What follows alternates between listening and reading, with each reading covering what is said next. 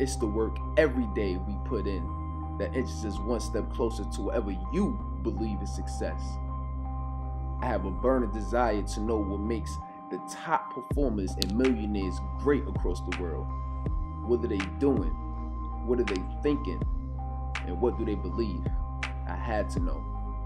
Take the journey with me as we define what the true grind to greatness looks like, revealing my experiences and looking into the lives of the elite. This is the grind to greatness. I am so glad that we are back with another week from the grind to greatness, from G to G. I love everybody who's been coming in and they've been keeping up with these G to G episodes, these grind to greatness episodes, because I'm glad you're just opening your mind enough to at least take in the information, and if it's anything that you could use, take it. Like I said, there's a lot of experiences, some that I went through, and a lot of research and a lot of different planning and different things that I've been researching on and noticing in other people and talking to people that I've gathered, and it's the experience that I'm giving back to you. So anything that you feel that you need, you could take from it. Anything else, you could discard. So I told you that I was going to make a grind to greatness webisode that was going to deal with relationships. So here we are. We're going to get ready to jump right into it. So today, the name of today's webisode is called She Wants Double. She Wants Double. So I'm gonna start off by talking about my experience. I've been in, I don't want to say 1,000, like a whole bunch of relationships, but I've been in a couple of relationships where it's easier for me to just do what I want and kind of do my own thing. I'm the youngest of all my family, and my immediate family, and I haven't really been a person that really talks about feelings, and that's really been like an emotional type person, and really to share that. So that kind of bubbled over and transitioned into my relationships and some of my past relationships, and being with a woman is kind of like, you want to. She wants to hear how much you love her, and how much you appreciate her, and different things like that. Which is nothing wrong with that, but just for a person like me, and I think for probably the majority or a lot of males, it's easy. Obviously, it's a lot easier for women to express how they feel and their emotions, different things like that. But for men, that's just not really comfortable for us at first. You could get comfortable with it, but it's not comfortable at first. So for me, it was definitely hard for me to make that transition. And because speaking to different women,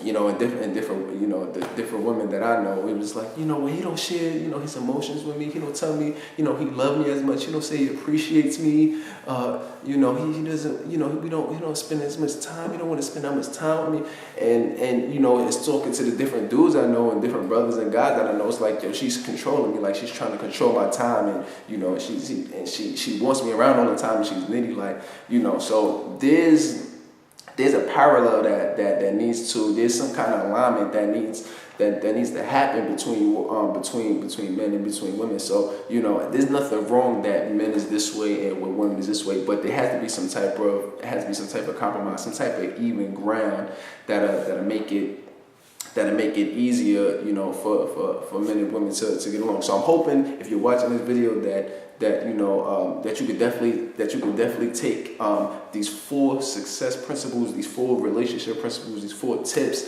and if your relationship is on the rocks right now, I'm hoping that you can use these, and it'll at least get things going, get the ball rolling, and it'll definitely help for you. So that's how women evaluate things so far, and that's how men look at things. So it's not controlling, and I'm starting to see more the woman's perspective as I'm starting to learn. It's not really that they're trying to be controlling and they want us to do all these different type of things. Is that they value love first. The best example I could give is a car.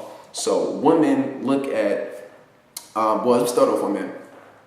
Men has a car, like inside of a car you got the different gears. You got the first gear, second gear, park, right? So for the first gear, so you got park. Okay, so the career, that's one gear. Boom. First shift, you got school. Second shift, you got outside activities, you got hobbies, you got family. These are all the different gears that you got, and then you got love, which is another gear. Now, it's like these are separate gears. and one of the gears is for love. Now, a woman's car, we have, it's not gears, it's more of a love car, which means it's like they incorporate love in the whole car, like the whole kit and caboodle. So it's not like first, like men, like first it's career, then it's activities, hobbies, and school. It's more like, okay, the first love is love. The first gear is love, but they incorporate that with the school. So, it might be something in school where she wants to incorporate, her husband, or she'll see something, or she'll get an idea from something that's happening in the school or whatever, and she wants to incorporate her partner. Same thing in her career. Move shift, boom, that's career, but that's also love. So she'll find different ways to incorporate their partner or her partner and all the different activities of vocation. It's not like she's doing less work or she's having any less focus than men on they have any less focus than men on work. It's just they are able to incorporate love while they're doing everything. So that's why it seems like, it's so much focus on not just on a man, but just on building and on a relationship and making things better. So that was something that took me a very long time to understand, because it was like some women that I have was like, why is she just so needy? Why? And that's just the nature of women, That's just how they are. So that's definitely something that I had to understand and learn for myself. So I would definitely say that something that you should, just read on it, and that's because I've read on it and I've made myself educated, and I've spoken to people that helped me out on it, and just so much, it's all different knowledge, just putting it together, and that's definitely what I was able to come up with. So so like I said, I have 4 success principles, and I'm gonna get ahead and jump right into them. The first thing you want to do if you're on the rocks or anything like that is put yourself in your partner's shoes. But think about how your partner is feeling about a certain situation or certain things that you're doing, whatever activities you're doing or anything like that. Think about why your partner is feeling that way. Like if you're having outside activities, or if you're going through something that's something that you're spending a majority of your time outside a relationship, think about how do your partner is feeling about that. Okay, I can understand, that she would feel some type of way because this is taking time away from the relationship, or it's taking time away from the family, or it's taking time away from the from the kids and us, and doing different things like that. And you don't want, I can understand how she could feel like, I think this is more important because I'm spending a lot of time with that, or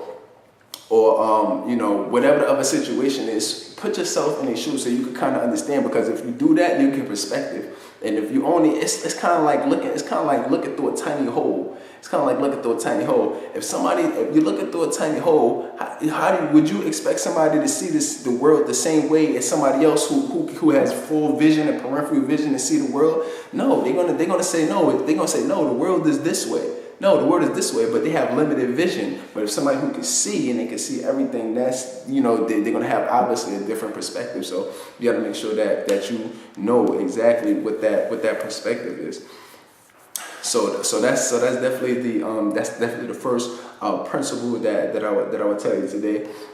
The second principle I want to tell you is evaluate your partner's needs. That's the second one. Evaluate what your partner's needs are. So if your partner is going out, doing these different things, or wherever they're going to use this extra, this excess, this other energy, or putting their time towards, there's a reason why they're putting their time towards this certain activity, and that's because that activity is meeting certain needs that's within them, and those needs that's what's taken away from the relationship. So you have to make sure that you evaluate what those needs are. So if it's a certain sport, or or whatever the other activity is, look at it and say, okay, what needs are being met out here? Okay, maybe he's getting a chance, or maybe she's getting a chance to explore her creativity. Maybe she's being fulfilled. Maybe it's getting a chance to, for them to be, be a bad boy or be a bad girl, or maybe it's giving them a chance to feel that adrenaline.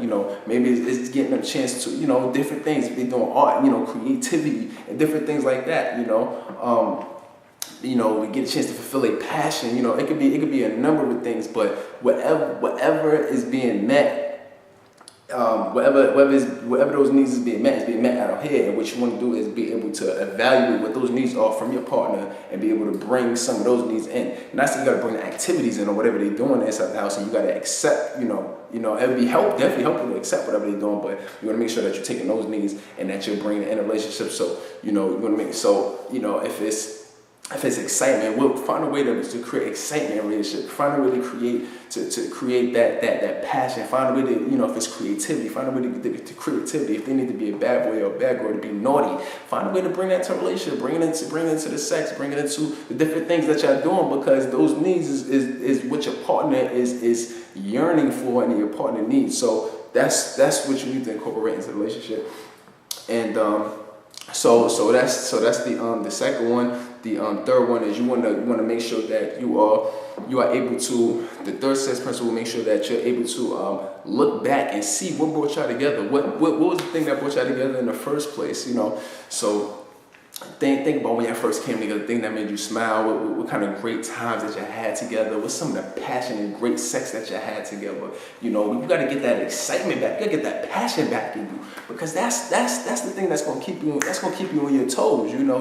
That's what's going to make you don't want to really get comfortable. You get comfortable, then you end up getting bored, and it ain't going to be passion, not going to be the same. You might end up looking for something else, or you're not going to have the same type of excitement where y'all going to even be happy to see each other when you come in, when you walk in the door. So that's the third one. And then the fourth one, you got to commit. You just got to commit to it. You got to commit to doing it, not just every once in a while, because a habit is formed when you do it continuously. So you want to make sure that you're doing. So if she likes candles, or she like music, she like the incense and everything. I'm not saying you got to do that every day, but whatever you're doing, you're gonna have to double it. Probably triple it, and she'll be in love with you. And the great thing is, when you do that, it's gonna bring out something in her that's gonna want to make her give you more, and she's gonna give you more, and that's what you all is looking for, just to fulfill each other. So whatever you're doing, make sure that you double it and you're committing to it, and you stick with it, and I'm pretty sure, I'm gonna promise you that things is gonna look so much better in a relationship, because both of y'all is giving and y'all fulfilling each other's needs in a relationship. So I'm not gonna run too long, but I definitely hope these success principles helped you out, and I wish much success to your relationship. And until I see you next week, I'm gonna see you soon.